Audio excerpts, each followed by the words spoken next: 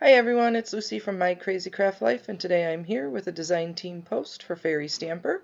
Today I'm going to be making this card, and I will be using Birthday Wishes stamp, Meadow's Buttercup, and Meadowsparkle Paperpad 6x6 paper pad, all from Fairy Stamper. So I'm going to decide on which paper I want, and then I am going to cut down a 100-pound piece of black cardstock to 5.5 inches. I'm sorry, to 5.5 inches, because I am going to be making a 5.5-inch square card.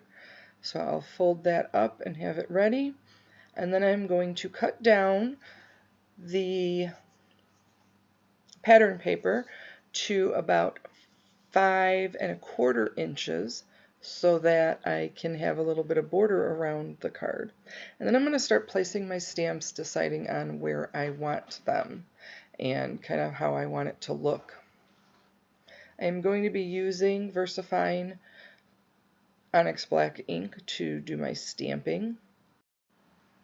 I'm using my stamping platform so that I can make sure that I can stamp it a couple times, especially with these larger images. I really want to make sure that I get a crisp, clean image. This is a super quick and easy card.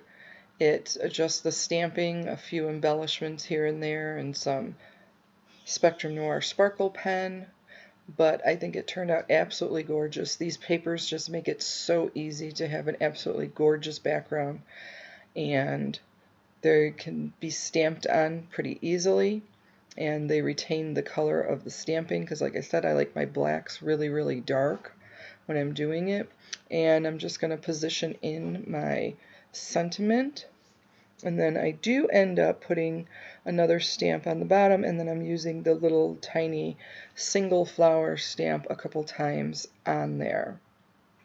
So while you're kind of watching me finish this part up of the stamping, I am going to let you know about our Facebook page for Fairy Stamper. You can come check out tons of inspiration there.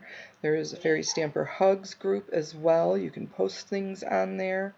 You can also go to fairystamper.com where you can find all of these stamps and papers, and they have lots of different stencils, a lot of different things that you can use for your stamping, your card making, your journaling, your scrapbooking. There's just a lot of possibilities that you can go on there.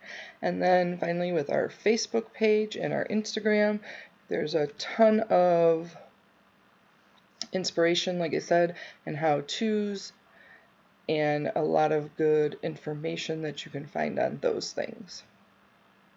So now I'm going to take that single stamp, and I went back and forth on whether I just wanted to stamp it singly without using the platform, because I kind of had to clean that off and move it each time.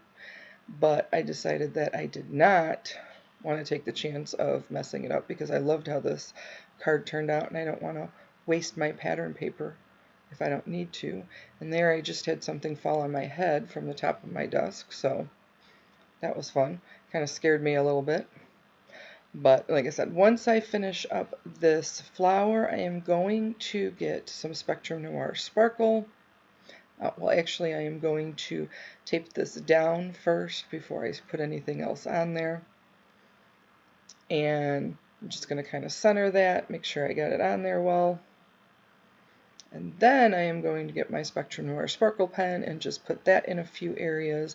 And then I am also using some rhinestones that I put in the center of the single flowers.